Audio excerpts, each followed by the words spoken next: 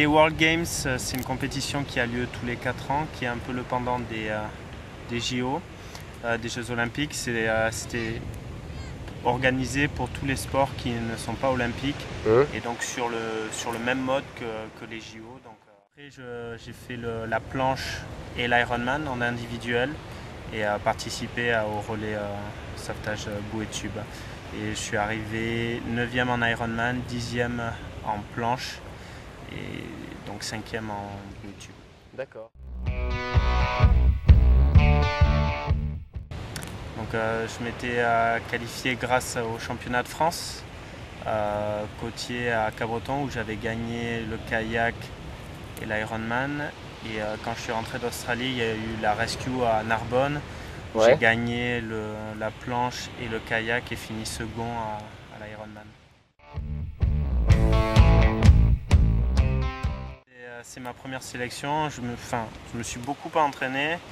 Je suis parti en Australie pour ça et c'était mon objectif depuis quelques années. Et donc c'était une grande satisfaction déjà d'avoir réussi à rentrer dans l'équipe.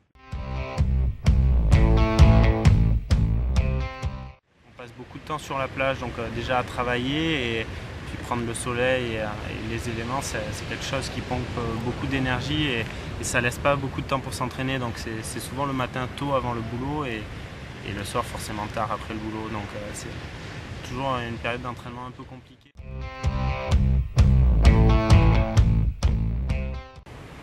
Donc en fait, mes premiers titres c'était en 2008 sur le kayak et l'Ironman. C'était un peu une surprise parce que jusqu'à présent je ne m'étais pas imaginé pouvoir gagner une épreuve au championnat de France.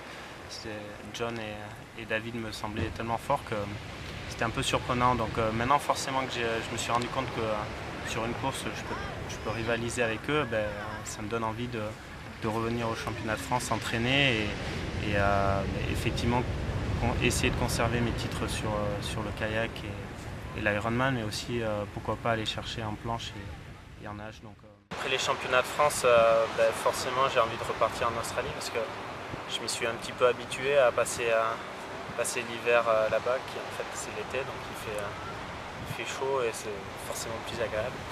Et puis maintenant que j'ai goûté à l'équipe de France, forcément j'ai envie d'y rester, d'en refaire.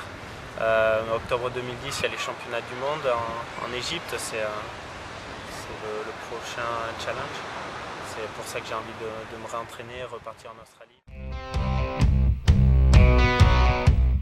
Ça va. Les sourcils, j'ai pas un gros bouton d'unité. Je remercie aussi Thierry Kraviec pour tous les moments qu'il nous a amenés cet été. Donc, c'était un partenaire important. Bonjour, je m'appelle Julien Lalanne et je suis fan de José.